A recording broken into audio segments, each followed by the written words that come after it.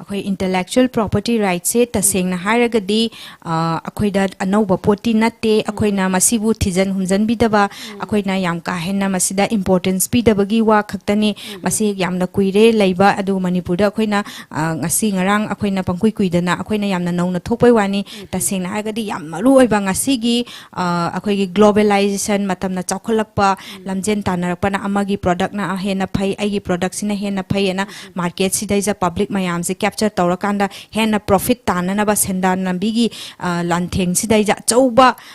अखोईगी सिगी चैंगाक ओइनबा पांबै अमखकनी हाइना थमजगे intellectual property right हाइबसी मरमदी आइना सागचरीबा मंगलान ideas टुदी अखोई intellectual property right ना कवर तौदे अदुबो सागचरीबा मंगलान दो पोट ओइना पोथोक ओइना पुथोर अकांदा पब्लिक ता लाकपा मतमददी मागी अचौबा जगह अमखक लाकनी हाइबा अदुगी कइनो से मरमदी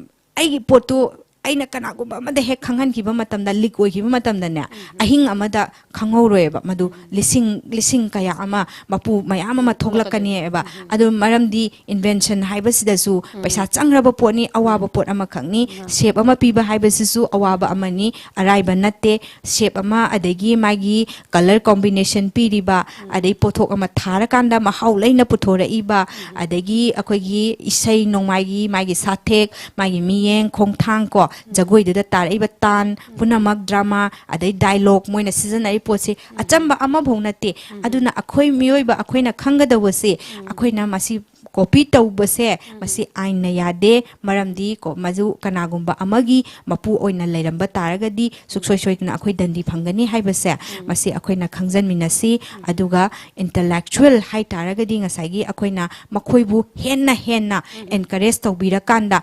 मखोइगी मखुत मसा मखोइगी कै हाइनी हाइजसे हाइथोइसिंग दोइबा क्रिएटिविटी सिंगसे हेन्ना एनकरेज तौरकांदा मार्केट से हेन्ना चाखटपा अखोइ मियोइबा अखोइ दसु खुदोंग चाबा मयाम अमा फंगदोइने मसी मयाम से ज्ञान तामिनसी हाइबसिना आई अरोइबा मेसेज ओइना थमजगे सुजाता अखोइगी मैडम नंग असी अखोइगी स्टूडियो से लेंबिरक्तुना तांगलबा अखोइगी मैडम की याम चिल्लबा मतम कयादगी खर खजिक खाइदोकपिरगा अखोइगी मरिक चुमलबा वाफम कया थंबिरमबगिदमक्तसु अमुका हन्ना मैडम मुठागचरी थैंक यू अदुगा मम्मी टीवी की व्यूअर्स सी प्रोग्राम सिबु ताबिरिबा ख्वाइ पुनमपुसु मिनाना अमुका हन्ना थागचबफुं